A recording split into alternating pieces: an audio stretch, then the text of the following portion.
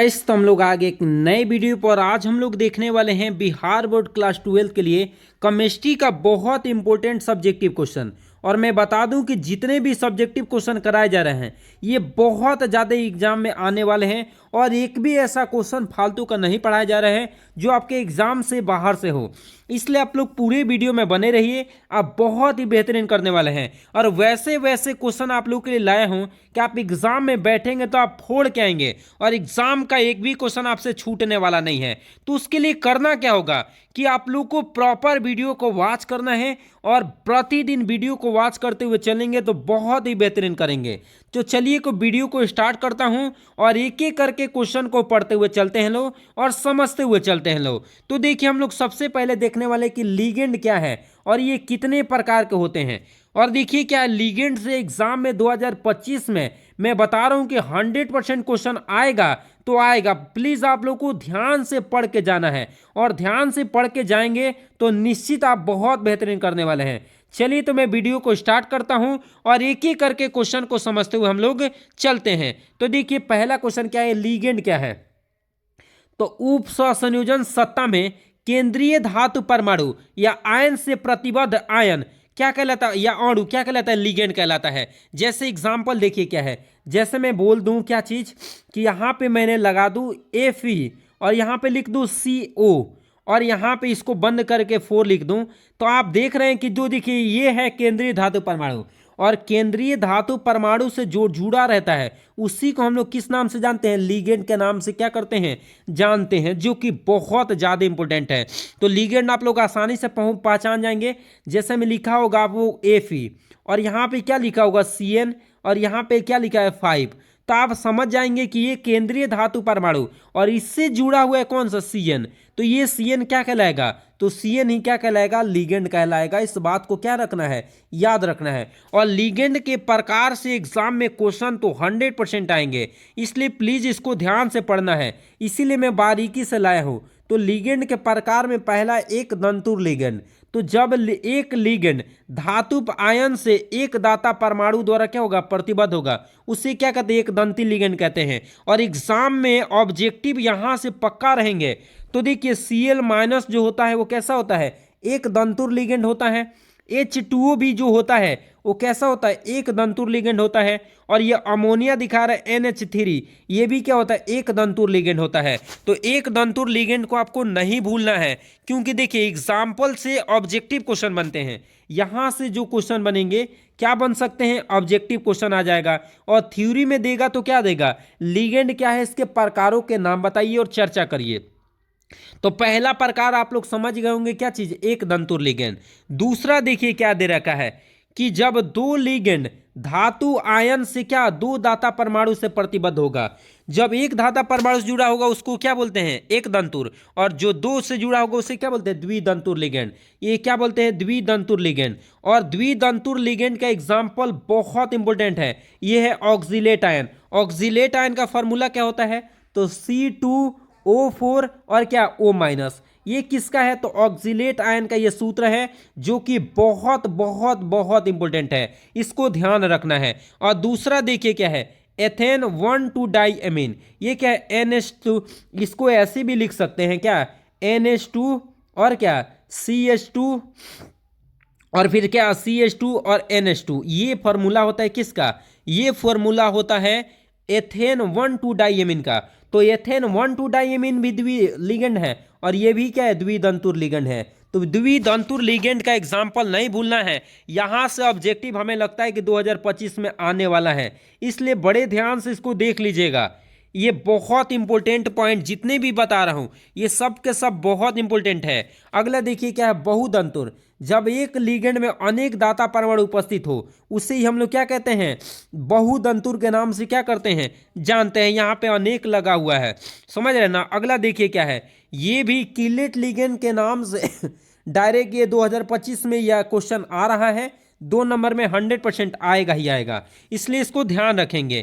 Question क्या दे रखा है कि जब द्विदंतुर और बहुदंतुर लिगेंड अपने दो या अधिक दाता परमाणुओं का प्रयोग करके एक ही धातु आयन से क्या हो जाता है, आबंधित हो जाता है, इससे हम लोग क्या कहते हैं, किलेट लिगेंड के नाम से क्या करते हैं, जानते हैं। क्या होता है भाई, देखो द्विदंतुर और बहुदंतुर लिगेंड अपने दो या अधिक दाता परमाणु का प्रयोग करके एक ही धातु आयन से क्या हो जाएगा, आबंधन कर लेगा।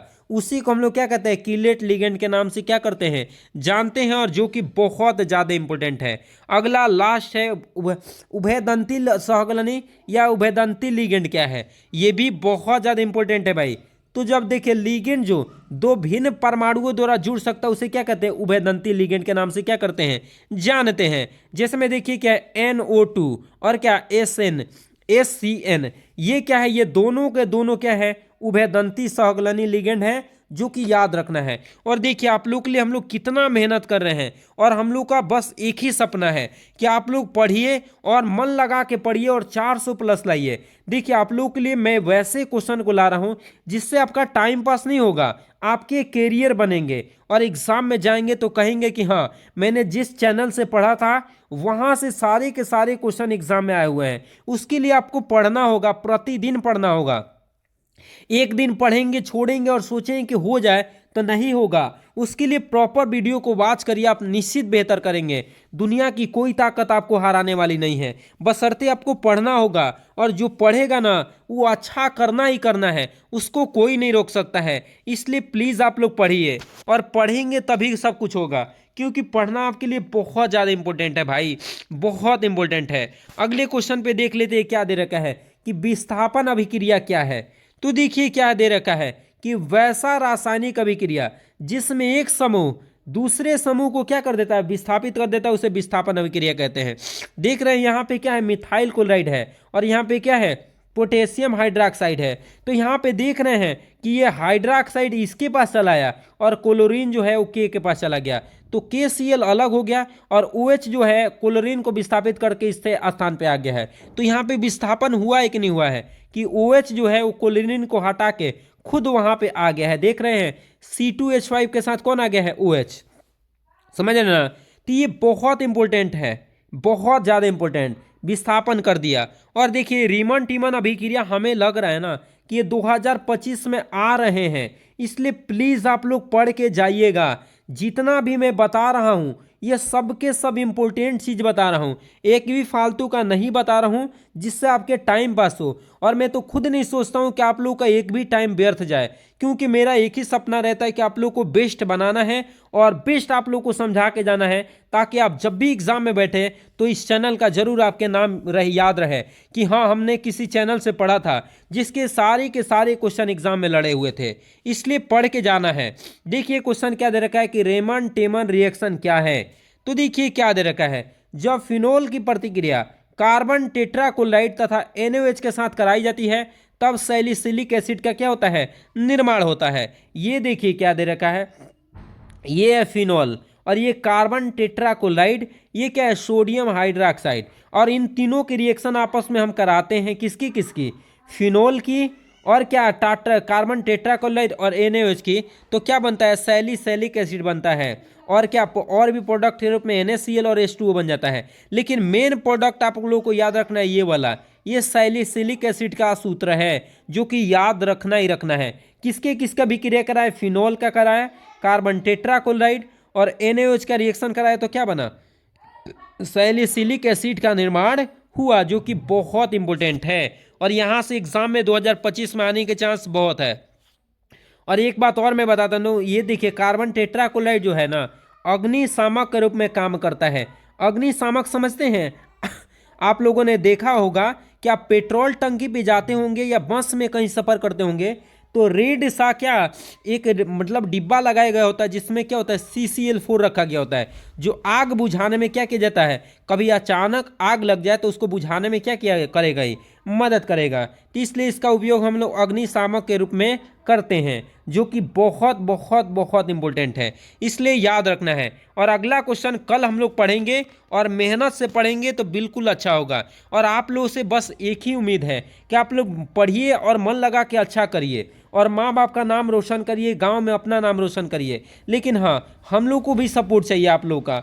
बस अभी तक आप मेरे चैनल को सब्सक्राइब नहीं किए हैं तो प्लीज़ चैनल को सब्सक्राइब कर देंगे। आपके एक सब्सक्राइब से हम लोग को बहुत मदद मिलती है, इसलिए प्लीज़ आप लोग चैनल को सब्सक्राइब करके ही जाएंगे। चलिए तो इसी के साथ मिलेंगे अगले वीडियो में। आप लोग पढ़ते रहिए और अच्छा करते रहिए। चलिए तो मिलते हैं अगले वीडियो में, तब तक के लिए जय हिंद।